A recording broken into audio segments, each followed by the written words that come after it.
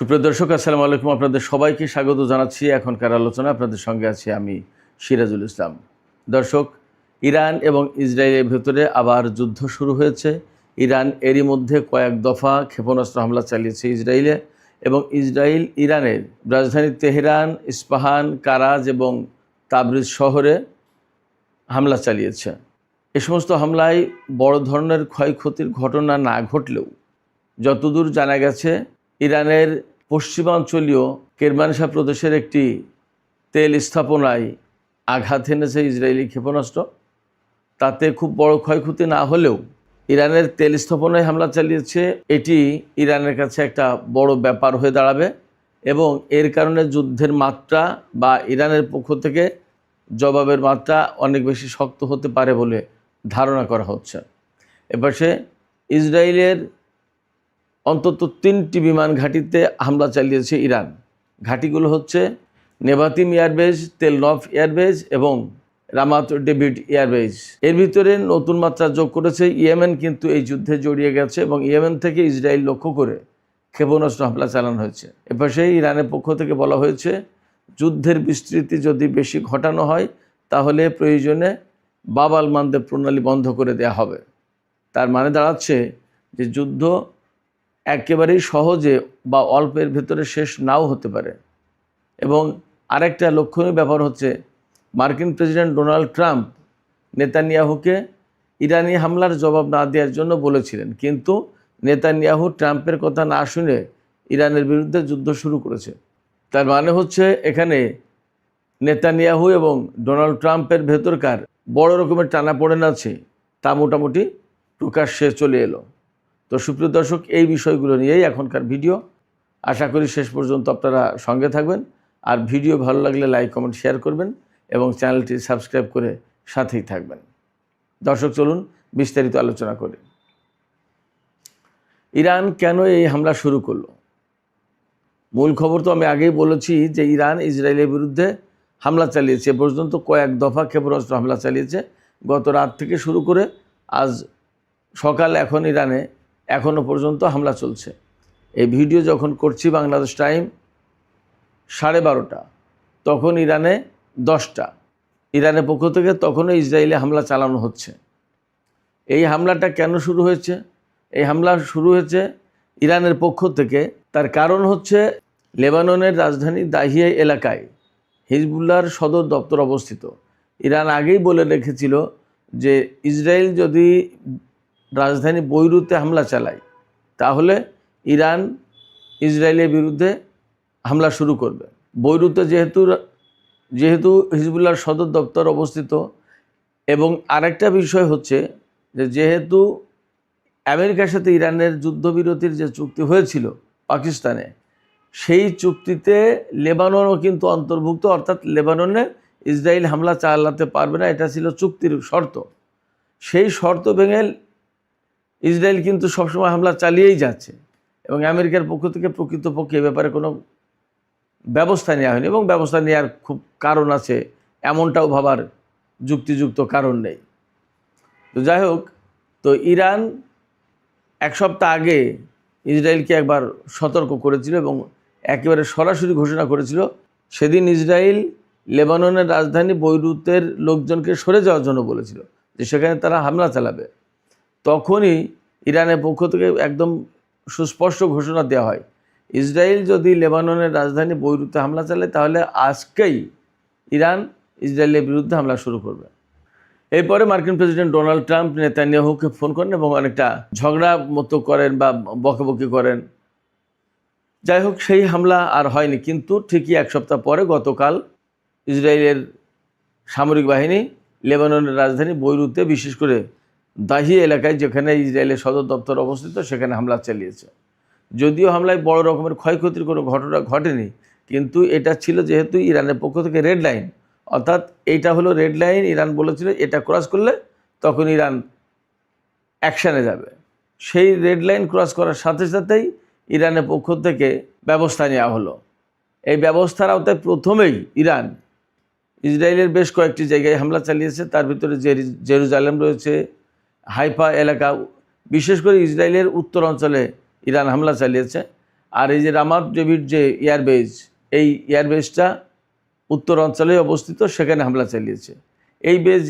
এই এয়ারবেজ সম্পর্কে একটু বলে রাখতে হয়, এই বিমান ঘাঁটিটা 1942 সালে দ্বিতীয় বিশ্বযুদ্ধ চলার মধ্যেই ব্রিটিশ সরকার তৈরি করেছিল দ্বিতীয় বিশ্বযুদ্ধে এই ঘাঁটি ব্যবহার করার জন্য। তখন তো আর ইসরায়েল ছিল না। ইসরায়েল নামক রাষ্ট্র তো প্রতিষ্ঠা হলো 1948 সালে, এই ঘাঁটি প্রতিষ্ঠার আরও 6 বছর পরে। তো 48 সালে যখন ইসরায়েল প্রতিষ্ঠা হলো, তখন ইসরায়েল এই ঘাঁটিটা তাদের নিজেদের মতো করে পেল এবং তারা ব্যবহার করা শুরু করলো। দিন দিন এই ঘাঁটি অনেক বেশি শক্তিশালী ঘাঁটিতে পরিণত হয় এবং এটা মূলত সিরিয়া, লেবানন এই অঞ্চলে হামলার জন্য এই ঘাঁটিটাকে ব্যবহার করা হয় ইসরায়েলের পক্ষ থেকে। এই রামাত ডেভিড এয়ারবেজ এটা বেশ শক্তিশালী এবং গুরুত্বপূর্ণ ঘাঁটি। এই ঘাঁটিতে ইসরায়েলের আপনার F-16 জঙ্গি বিমান থেকে শুরু করে গুরুত্বপূর্ণ অস্ত্র, ড্রোন এবং বিমান প্রতিরক্ষা ব্যবস্থা এগুলো এখানে রাখা হয়। তো এটা যেহেতু খুবই গুরুত্বপূর্ণ একটা ঘাঁটি এবং এই ঘাঁটি থেকেই গতকাল লেবাননের রাজধানী বৈরুতে হামলা চালানো হয়েছে। ইরান সবসময় বলে কি যেখান থেকে হামলা চালানো হচ্ছে সেখানে হামলা চালানো হবে। তো ইরান স্বাভাবিকভাবেই এই রামাত ডেভিড ঘাঁটিতে হামলা চালিয়েছে। এরপরে তেলনভ এবং নেভাটিম এয়ারবেজেও হামলা চালিয়েছে। এই প্রত্যেকটা ঘাঁটি, ইসরায়েলের প্রত্যেকটা বিমান ঘাঁটি খুবই গুরুত্বপূর্ণ এবং সেখানে খুব দামি গুরুত্বপূর্ণ যুদ্ধ বিমান রাখা হয়। তো টোটাল ক্ষয়ক্ষতির পরিমাণ কি এটা এখনও পরিষ্কার জানা যায়নি। তবে ইরানের পক্ষ থেকে প্রথম দফা হামলা চালিয়ে বলা হয়েছিল ইসরায়েল যদি জবাবি হামলা চালায় তাহলে তার বিরুদ্ধে খুবই শক্তিশালী হামলা চালানো হবে। আমরা দেখতে পাচ্ছি যে ইসরায়েলে পরবর্তীতে ইরান আরও হামলা চালিয়েছে এবং এই সমস্ত হামলায় কী ধরনের ক্ষয়ক্ষতি হচ্ছে আমরা জানার অপেক্ষায় থাকি। তবে যেহেতু হামলার মাত্রা বেড়ে যাচ্ছে, তাতে এমন আশঙ্কা করা যাচ্ছে যে এই সংঘর্ষ একটা পূর্ণাঙ্গ যুদ্ধের রূপ নিতে পারে, এমনকি সর্বাত্মক যুদ্ধ শুরু করতে পারে। যদিও ডোনাল্ড ট্রাম্প গতকাল ইরান হামলা চালানোর পরপরই ইসরায়েলের প্রধানমন্ত্রী বেনিয়ামিন নেতানিয়াহুকে বলেছিলেন যে ইরানের এই হামলার জবাব দেওয়ার প্রয়োজন নেই। নেতানিয়াহু ডোনাল্ড ট্রাম্পকে মুখে মুখে বলেছিলেন যে আচ্ছা ঠিক আছে, কিন্তু ঠিকই তারা জবাব দিয়েছে। তার মানে আপাতত আমরা উপর যা দেখতে পাচ্ছি তাতে ডোনাল্ড ট্রাম্প নেতানিয়াহুকে ইরানের বিরুদ্ধে অ্যাকশনে বা হামলায় না যাওয়ার জন্য পরামর্শ দিয়েছেন বা আহ্বান জানিয়েছেন। নেতানিয়াহু ডোনাল্ড ট্রাম্পকে আশ্বস্ত করেছেন যে ঠিক আছে, কিন্তু প্রকৃতপক্ষে নেতানিয়াহু ডোনাল্ড ট্রাম্পের কথা রাখেননি বা তার আহ্বান রাখেননি। সেই আহ্বান উপেক্ষা করে ইরানের সাথে যুদ্ধে জড়িয়েছে। এখন এখানে বিশেষভাবে অপেক্ষা করার ব্যাপার আছে যে আমেরিকা এই যুদ্ধে জড়িয়ে যায় কি না। যুদ্ধে যদি জড়িয়ে না যায় তাহলে এক কথা, আর যদি যুদ্ধে জড়িয়ে যায় তাহলে ভিন্ন কথা। এদিকে সৌদি আরবের প্রিন্স সুলতান এয়ারবেজে হামলা হয়েছে, তবে ইরান বলেছে যে তারা সৌদি আরবে কোনো হামলা চালায়নি। তাহলে পরিস্থিতি কি দাঁড়াচ্ছে? তাহলে কি ব্যাপারটা এমন হলো যে ইসরায়েলের পক্ষ থেকে সৌদি আরবের এয়ারবেজে হামলা চালিয়ে আমেরিকাকে এই যুদ্ধে জড়িয়ে ফেলার চেষ্টা করছে, এমন হলো কি না সে প্রশ্ন কিন্তু থেকে যাচ্ছে। এদিকে এখনও পর্যন্ত ইসরায়েলের সাথে ইরানের যে যুদ্ধ হচ্ছে গত রাত থেকে যেটা শুরু হয়েছে, এর প্রেক্ষাপটে উপসাগরীয় কোনো দেশে, কুয়েত, বাহরাইন, কাতার, সংযুক্ত আরব আমিরাত, এই সমস্ত কোনো দেশে এখনও ইরানের পক্ষ থেকে এখনও পর্যন্ত কোনো হামলা চালানো হয়নি। এটা এই যুদ্ধের বিশেষ বৈশিষ্ট্য। এই দেশগুলোতে হামলা চালানোর মূল কারণ ছিল মার্কিন ঘাঁটি, অর্থাৎ মার্কিন ঘাঁটি থেকে যদি আমেরিকা ইরানের উপর হামলা চালায় তাহলে ইরানও পাল্টা জবাব দিতে এই সমস্ত দেশের মার্কিন ঘাঁটিতে হামলা চালাতো বা চালানোর জন্য হুঁশিয়ারি দিয়ে রেখেছে।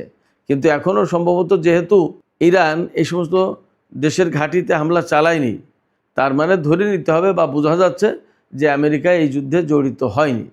এই হামলা শুরুর পরপরই ইরাকি প্রতিরোধ সংগঠনগুলো একেবারে সরাসরি হুমকি দিয়ে রেখেছে যে আমেরিকা যদি ইরানের উপরে হামলা চালায় তাহলে এই অঞ্চলের মার্কিন ঘাঁটিগুলো একেবারে জ্বালিয়ে পুড়িয়ে ছারখার করে দেওয়া হবে। এর মানে দাঁড়াচ্ছে যে ইরাকের প্রতিরোধ সংগঠনগুলো এরাও এই যুদ্ধে জড়িয়ে যাওয়ার জন্য প্রস্তুত রয়েছে। ইয়েমেন তো আছেই, আর লেবাননের প্রতিরোধকামী সংগঠন তারা তো যুদ্ধ করছেই ইসরায়েলের বিরুদ্ধে। এপাশে হামাস ইরানের এই হামলাকে স্বাগত জানিয়েছে, প্রশংসা করেছে। এবং হামাসের মুখপাত্র হাজেম কাসেম তিনি বলেছেন, ইরান যে হামলা চালালো ইসরায়েলের উপরে লেবাননের জন্য, এর ভেতর দিয়ে আরেকবার প্রমাণ হলো যে ইরান প্রকৃতপক্ষে মুসলিম উম্মার দায়িত্ব পালন করছে। এবং মুসলিম উম্মা যেমন একটি দেহের মতো, তার এক জায়গায় ব্যথা হলে আর এক জায়গায় ব্যথা অনুভব করা যায়, তেমনি লেবানন যখন আক্রান্ত হয়েছে তখন ইরান তার পাশে দাঁড়িয়ে ইসরায়েলের বিরুদ্ধে হামলা চালাচ্ছে। এটি প্রকৃত মুসলিম চেতনার পরিচয় বহন করে। এদিকে ইয়েমেনের পক্ষ থেকে বলা হয়েছে যে ইসরায়েল যদি হামলা বন্ধ না করে তাহলে আরও ভয়ঙ্কর জবাব যাবে ইয়েমেনের পক্ষ থেকে। এবং ইয়েমেনের পক্ষ থেকে প্রতিরোধ সংগঠনগুলোকে, মধ্যপ্রাচ্যের যত প্রতিরোধ সংগঠন আছে তাদের প্রতি আহ্বান জানানো হয়েছে এই যুদ্ধের জন্য প্রস্তুতি নিতে। আমরা ধরে নিতে পারি যে এই যুদ্ধ যদি কন্টিনিউ করে তাহলে ইসরায়েলকে সমস্ত ব্যাটেলফিল্ড মোকাবেলা করতে হবে। ইরান, ইয়েমেন, ইরাক, লেবানন, হয়তোবা গাজা থেকেও শুরু হতে পারে, সামগ্রিকভাবে একটা যুদ্ধ হয়ে যেতে পারে। ইরান যে যুদ্ধ শুরু করলো বলা যায় ইসরায়েলের বিরুদ্ধে এবার, অর্থাৎ ইসরায়েল ইরানের উপর হামলা না চালানো সত্ত্বেও ইরান কিন্তু আগে হামলা চালালো ইসরায়েলের উপরে। আগে হামলা চালাতে বলতে বোঝাচ্ছি, আমি আবারও বলি যে ইসরায়েল ইরানের উপর হামলা চালায়নি, কিন্তু লেবাননের প্রশ্নে ইরান হামলা চালিয়েছে। তার মানে এটা প্রথমবারের মতো ইরান তার বৈশিষ্ট্যের বাইরে গিয়ে এই হামলা করলো। ইরান সাধারণত যা করে সেটা হচ্ছে যে কেউ হামলা করে তার জবাব দিতে পাল্টা হামলা করে ইরান। এবার কিন্তু ইরান সরাসরি অ্যাফেক্টেড না, তারপরেও যেহেতু যুদ্ধবিরতির একটা প্রশ্ন ছিল, চুক্তি ছিল, সেই চুক্তি লঙ্ঘনের কারণে ইরান ইসরায়েলের উপর হামলা চালালো। তার মানে ইরানের বৈশিষ্ট্যের থেকে একটু আলাদা কিছু হলো, এটা বলছি যে বিশেষ বৈশিষ্ট্যের অধিকারী এবারের এই যুদ্ধ। যুদ্ধ শুরুর পরপরই ইউরোপীয় ইউনিয়নের পক্ষ থেকে বলা হয়েছে যে আসলে মধ্যপ্রাচ্য আরেকটি যুদ্ধ ধারণ করার বা বহন করার বা আরেকটি যুদ্ধের চাপ সহ্য করার মতো অবস্থায় নেই। এই যুদ্ধ দ্রুতই বন্ধ হওয়া উচিত। এখানে প্রশ্ন আসতে পারে যে ইউরোপীয় ইউনিয়ন এই কথা বলছে কেন? আমরা দেখতেই পাচ্ছি যে ইরান, ইসরায়েল, আমেরিকার যুদ্ধের পর হরমুজ প্রণালী বন্ধ হয়ে গেছে এবং সেখান থেকে কার্যত তেমন একটা তেল সরবরাহ করা সম্ভব হচ্ছে না। আর এই যুদ্ধ যদি শুরু হয় এবং সেটা যদি ভয়ঙ্কর আকার ধারণ করে, হরমুজ প্রণালীর পাশাপাশি যদি বাব আল মানদেব প্রণালী বন্ধ হয়ে যায়, তাহলে বিশ্বে তেলের সংকট আরও বাড়বে, বিশ্ব অর্থনীতি আরও ক্রিটিক্যাল হয়ে পড়বে, ভয়ঙ্কর ক্ষতিগ্রস্ত হবে। এই জায়গা থেকে ইউরোপীয় ইউনিয়ন যুদ্ধ বন্ধের কথা বলছে। এটা যেমন সত্যি, তেমনি এটাও সত্যি যে আমেরিকা যেহেতু সরাসরি এই যুদ্ধ জড়িত নেই, তাহলে আমেরিকাকে জড়িত হওয়ার জন্য এক ধরনের হয়তো অজুহাত প্রয়োজন হবে। তার আগ পর্যন্ত ইসরায়েল একা একা, তো ইসরায়েল একা একা যুদ্ধ করতে গেলে তো বিপদ, ইরানের সামনেই সে টিকবে না। আর সেখানে হিজবুল্লাহ, হামাস, ইয়েমেনের হুতিরা, ইরাকের প্রতিরোধকামী সংগঠন আর ইরান তো থাকলোই। এতগুলোকে মোকাবেলা করা ইসরায়েলের জন্য কঠিন হবে। অতএব এই কঠিন পরিস্থিতি থেকে বাঁচানোর জন্য যুদ্ধ বন্ধের আহ্বান জানাচ্ছেন ইউরোপীয় ইউনিয়নের লোকজন, কর্মকর্তারা। এই যুদ্ধ শুরুর পরপরই দ্রুতই তেলের দাম আবার বেড়ে গেছে। ব্রেন্ট ক্রুড $96-97 বিক্রি হচ্ছে, আমি সর্বশেষ যে খবর জানি সেটা। আর টেক্সাস ক্রুড যেটা, সেটা বিক্রি হচ্ছে $93-94 পার ব্যারেল। তো